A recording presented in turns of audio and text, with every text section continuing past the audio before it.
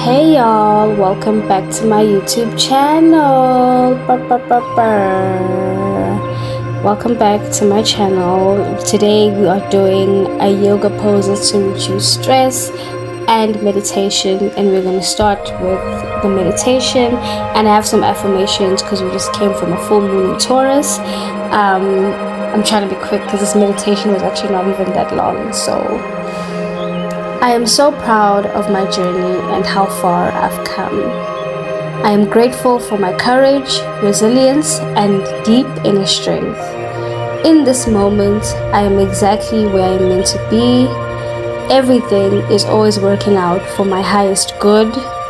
I am thankful for this moment right now, exactly as it is. I am grateful for my strong heart, healthy mind, and radiant spirit. I love and appreciate this moment in my life exactly as it is right now. I feel peaceful and relaxed knowing I am exactly where I am meant to be. I am aligned with the loving will of the universe. Love and gratitude flow to and through me in all moments. I honor my inner knowing and trust my path. I release limits and boundaries. I embrace potential and possibilities. I trust and believe that everything is always working out for my highest good. I tap into my inner power and embrace the magic within me, period. I did put these on the screen, and I hope you guys enjoyed that as well. For this pose, I just have to get into the yoga immediately.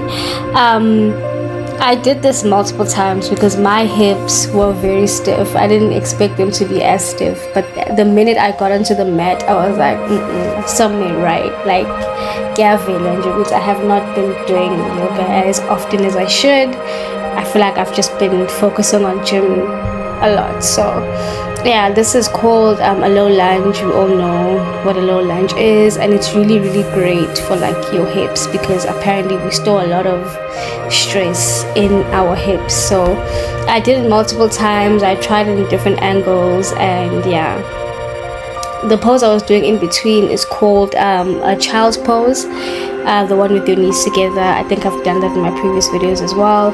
And this is called a lizard pose. You put your arms inside, and it's actually, now that is a hip opener. Your hips will open, and I feel like it's exactly what I needed. And as you know, in yoga you have to do both sides. You can never just do one side. So I did a low lunge on the left and the right, and then I did the lizard pose.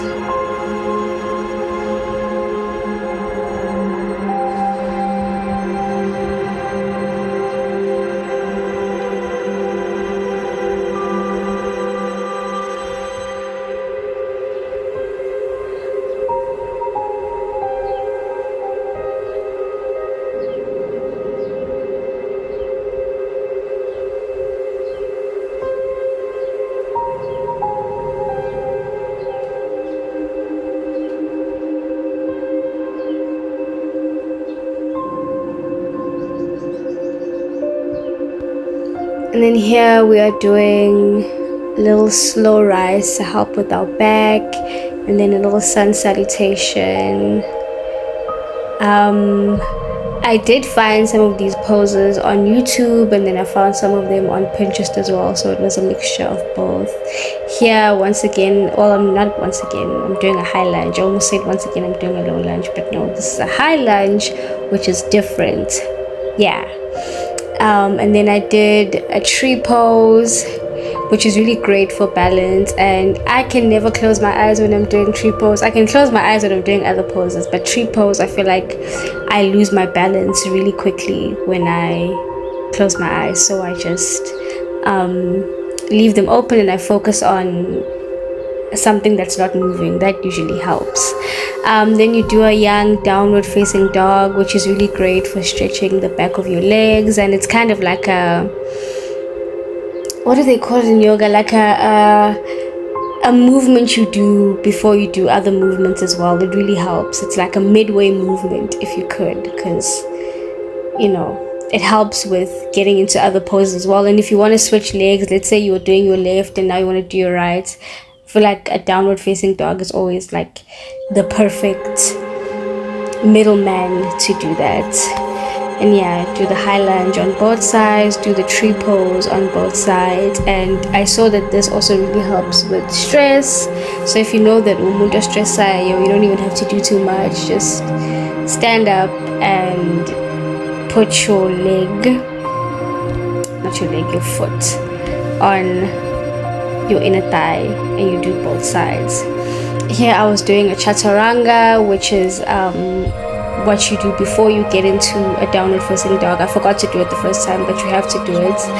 So you do your upward facing dog, and then you do your downward facing dog, and then you can move on to other poses from that one. I'm pretty sure I've done this pose before in one of my videos. I just really don't remember what it's called, but I added a little twist. I did like a thread the needle type of thing because I wanted to stretch my back as well, give it some TLC as well. So I did that, and obviously you have to do both sides. And then I did the downward facing dog just to be the midway movement, as I said. As you can see, I have been focusing on gym. I feel like my back and my arms, like see, this girl has been going to the gym, not focusing on yoga. But I promise you I will be doing more yogas, especially since it's summer and it's much more sunny outside, and as you can see, the grass is so much greener now and the birds are birding. So I will definitely be doing more yogas. And then we move into our child's pose, but this one is different. This time you put your knees apart, you don't put your knees together. This is actually really great also for your hips. I'm pretty sure I've said this before. A lot of yoga poses are like repetitional in a way, like you will repeat a couple of poses once in a while. I don't see anything wrong with that also. I think it's so uzochayela now to do the yoga. Here I'm doing a banana pose. It's definitely not a banana pose. What is it? Oh, butterfly. Yes, it's called a butterfly pose. So you put your knees apart, your feet together, and then you kind of just let gravity do the work. You put your head down.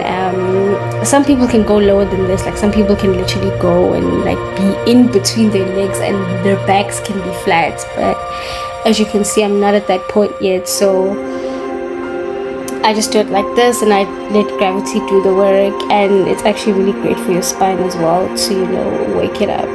Sometimes your back also needs some TLC.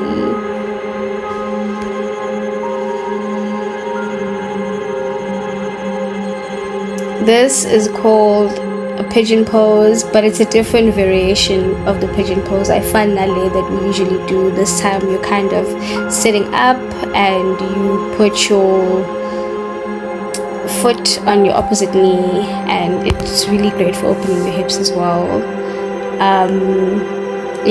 And obviously I feel like I don't even have to tell you guys anymore. You do both sides. Every pose you have to do both sides. So yeah, and I feel like if my vocalization doesn't make sense, you can always just look at what I'm doing in the pose. I feel like other poses maybe you can't really see what I'm doing, but with this one I feel like you can see properly which pose I'm doing and how to do the pose as well. Then I did a couple of neck releases because sometimes our necks are very, very tight, and I heard that when I was doing this, like stuff was crackling and popping, so I knew that there's a lot of tension also in my neck. So just release your neck as well. Make sure that you do what you have to do for your body, guys, because our body does so much for us as well. It's the least we could do, just stretch it out and take care of ourselves. I really hope you guys enjoyed this video. I hope you come back to it whenever you need it. I really appreciate all the support. I get a couple of DMs from people saying, oh, I'm watching your videos, being sending them screenshots, and it really means a lot, you guys. It really, really means a lot to me, because those that know that it took a lot for me to actually start this channel and actually be serious and be consistent in it as well. So ngiyabonga guys for your support. This was just a leg stretch just to finish everything off, but yeah, thank you guys so much for watching. I hope you enjoyed the video. Bye.